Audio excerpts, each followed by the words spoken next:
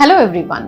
మనం చాలా మంది సెలబ్రిటీస్ గురించి వింటున్నాము. వాళ్ళు యంగ్ ఏజ్లో వాళ్ళ ఎగ్స్ని దాచుకొని ఆ ఎగ్స్ తోటి కొన్ని సంవత్సరాలు గడిచిన తర్వాత వాళ్ళ హెల్దీ బేబీస్ని డెలివరీ అయ్యారు.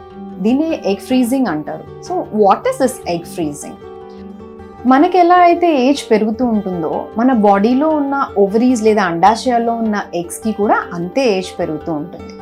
అయితే మనం యంగ్ ఏజ్లో ఉన్నప్పుడే ఈ ఎగ్స్ని స్టిమ్యులేషన్ అంటే ఇంజెక్షన్స్ ద్వారా ఎగ్స్ పెరిగేలా చేసుకొని సైజ్లో వాటిని మన బాడీలో నుండి బయటికి ఎక్స్ట్రాక్ట్ చేసి దాచుకోవచ్చు. దీన్నే ఎగ్ ఫ్రీజింగ్ అంటారు. మనం ఈ ఎగ్ ఫ్రీజింగ్ని బ్రాడ్గా 2 కేటగిరీస్లో చేసుకోవచ్చు. Number 1 social freezing. అంటే మనం ప్రెగ్నెన్సీ ఇప్పుడే వద్దు అనుకుంటున్నాము, ఫైనాన్షియల్ రీజన్స్ అవ్వచ్చు, కెరియర్ రీజన్స్ అవ్వచ్చు, లేదా మనం మ్యారేజ్ని డిలే చేయాలనుకుంటున్నాం.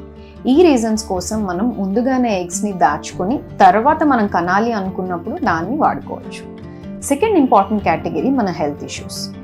మనకి ఏదైనా diseases like auto immune diseases, మన ఎగ్స్ ఎప్పుడైతే మనకి ముందుగానే తగ్గిపోతాయి అని మనకి రిస్క్ ఉందో, లేదా మనకి ఏదైనా క్యాన్సర్ ట్రీట్మెంట్ కోసం కీమోథెరపీ, రేడియోథెరపీ ఇవ్వాలో, లేదంటే మనకి ఓవరీ సర్జరీస్ ఏదైనా జరుగుతాయో అలాంటి సిచ్యువేషన్స్లో కూడా మనం ఎగ్స్ని దాచుకోవచ్చు.